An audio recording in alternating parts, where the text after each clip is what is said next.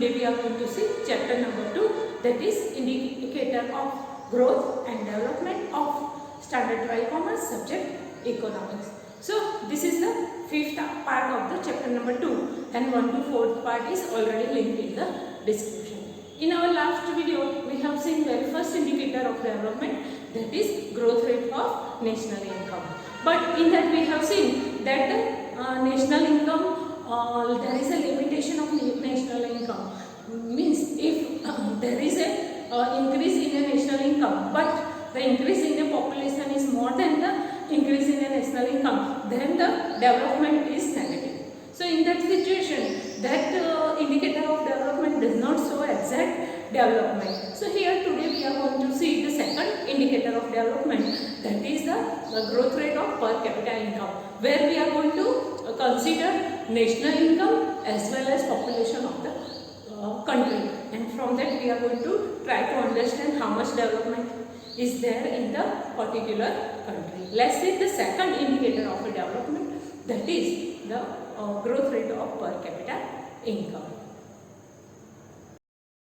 Now let's see our second indicator of development, that is growth rate of per capita income. So in our last video we have seen that as an indicator of development, growth rate of national income, where we have seen if the rate of population is increased than the rate of national income, then there is a negative development. So here it is the per capita income, it is more effective indicator of development. So here according to this indicator, when the per capita income of the country increases for a long period of time continuously, it can be said that the economic development has taken place in the country. So if there is an increase in the per capita income for a long period of time and it is continuously, then it can be said that there is a development in the country. Per capita income is gross national income of a country divided by the population of the country. So here gross national income divided by the population of the country, that's when we are going to come to the gross national income. So it is the this indicator has into account the population of the country too. So here this indicator is taking population in account while calculating the indicator, and that's why it is per capita income is superior to the national income as an indicator of development. So it is the superior than the national income. The expert of UNO is United Nations Organization, have recommended per capita income as an indicator of economic development. So here it is also recommended by the expert of the United Nations Organization.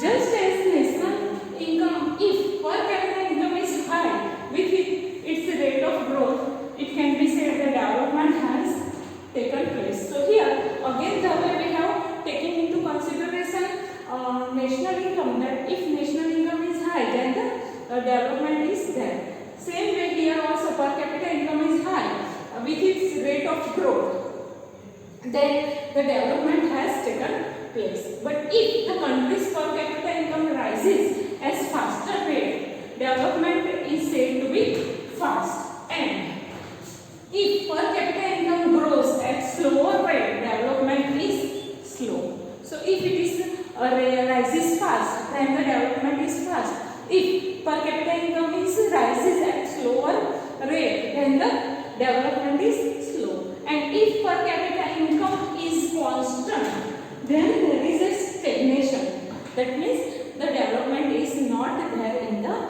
economy. If per capita income falls, development is negative. If per capita income goes down, then we can say that the development is negative. So it is same as the national income. The ultimate objective of economic development is to improve the standard of living of the people. So here we are just not trying to rise the national income, but with the rise of income of the people, we also wanted the improvement in the standard of living of the people, which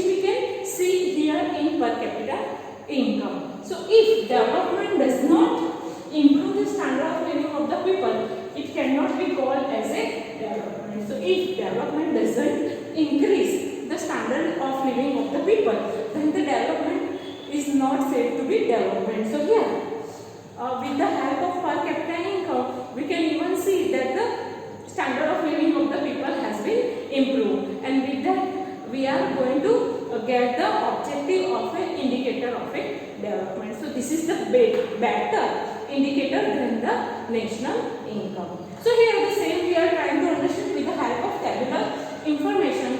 So here some of the country is given to us, and their per capita income, that is also called purchasing power parity. In 2014, it is again in a US dollar, and growth rate in a percentage. So growth rate is also given to us. So this information is, the source of the information is World Bank and Economic Survey of 2015-16. So here we can see from this table that the Norway has per capita income of $64,992 and growth rate is 1.1. For America, again we can see that it is 52,947 with a growth rate of 1.6. Then the Sri Lanka, and Sri Lanka's per capita income is 9,779 and it is growing at the rate of 3.5. Again we can see the China, and for China per capita income is 12,547 and it is with the growth rate of 6.7. Then we can see the India, and India's per capita income is $5,497 and it is growth rate is 6%. Then for the Pakistan, the per capita income is 4,899 but it is growing at very lower rate, that is 2.6%. So this is tabular information. From this we can see that the per capita income of Norway, America, Sri Lanka and China is more than India. But here again we can that India is growing at the faster rate, that is 6%, that is more than Norway, America and Sri Lanka. So we can, from this tabular information we can see that the India is growing at faster rate. The same here it is explained that it can be seen from the table that the per capita income of India in 2014 on the basis of purchasing power parity is $5,497, which is lower than the Norway, America, Sri Lanka and China. Compared to Norway, India's per capita income is 11 to 12 times lesser. Hence, Norway's growth rate is said to be higher than India by 11 to 12 times. But the growth rate of per capita income is higher in India. Hence, the rate of development is faster in India. So here we can see that India is faster growing economy in the world. So students, you may note down this, then we are going to see the limitation of growth rate of per capita income.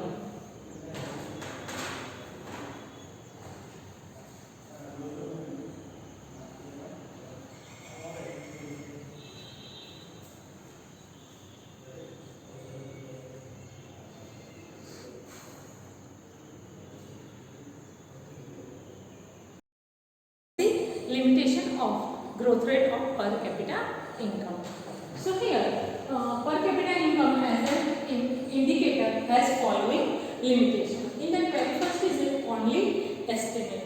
So here when we are calculating per capita income, in that national income divided by total population. So as we know that each and every country may calculate national income every year, but for population, let's talk about the India. India is counting population every 10 years. So for the others here, only estimates are taken into the consideration. So that is the only estimate. So that from that, if we are going to calculate per capita income, so that is also a approximately. So that is the very first limitation of the per capita income. So here, the national income of the country is calculated almost every year. Hence, we get the correct data, but for population of the country it is not calculated every year. So population is not calculated every year. In India, population census is taken once in a 10 years. So it is taken after 10 years. Hence, only an approximation is taken all other years. So, per capita income data is not acquired correctly. So, that is not correct data. So, that is the very first limitation of per capita income. Now, let's see the second limitation. Difficulty in calculation of national income and per capita income. So, here we already know how much difficult to calculate national income. So, the same way it is difficult to calculate per capita income. Same as in calculating national income, whether per capita income should be at current price or constant price, and their related difficulty make it difficult to know the real situation. So here again, as we know, for the national income, there are the plenty difficulty and hurdles to calculate national income, as it is double income has been calculated or not, then there is a barter system, transaction has been done or not, or again we can see that there is a one person is occupying two profession, again tax evasion, tax evasion. So all these questions to calculate the national income is there. So the same will be carried forward while calculating national income to calculate per capita income. So whatever difficulty we are facing to calculate national income, that is again here going to be carried forward. Again here per capita, for the per capita income, the national income will be calculated at current price or constant price. That is also there is a difficulty. So all this difficulty, again there is a limitation of the growth rate of per capita income. So that is. The third one is per capita income shows only average. As we know that when we are calculating per capita income, to calculate per capita income, the formula is per capita income is equal to total real national income divided by total population. So here we are just finding out average of the national income. Here inequality of the distribution of the national income is again the question. So that question is going to carry forward in this method. So let's see. Per capita income shows only average income. On the basis of average, no decision can be taken.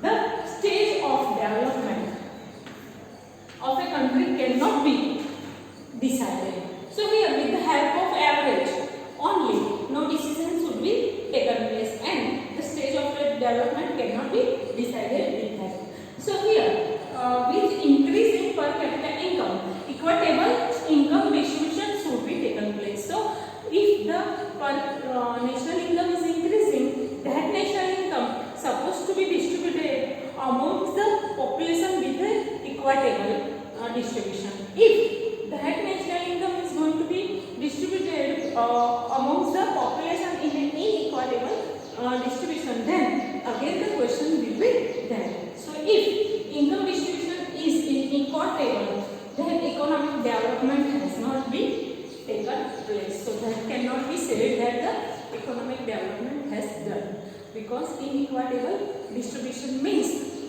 rich people they are going to get more rich, poor people they are going to get more poverty. So that is not development. So here we cannot say that there is a development in the economy.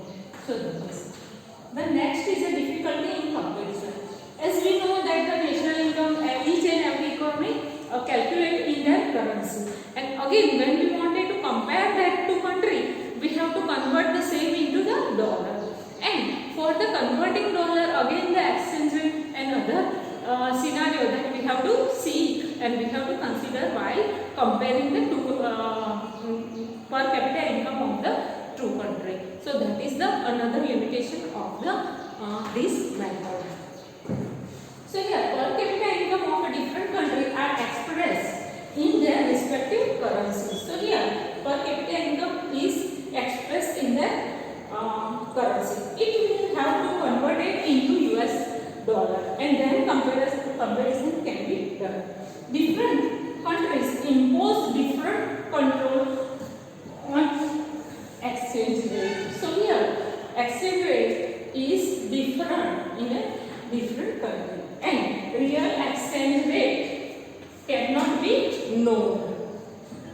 and the real comparison it is not possible amongst the country, and with that we cannot compare the different country, as there is a exchange rate is differ and there is a different control over a exchange rate. So with that we cannot calculate the we cannot compare the national income of the two countries. So that is again the last verification of per capita income is per capita income of a country is not actual income that the citizen gets. So it is not the actual income that the citizen gets, but per capita income is as an indicator hide more than it reveals. So per capita income hides more than it reveals. Hence, it is not correct indicator of development. So because of that, it is not a real indicator of development. So these are the limitations of per capita income. Students, you may note down this. Thank you for watching this video. In our next video, we are going to see the third indicator of development, that is a physical quality of life index.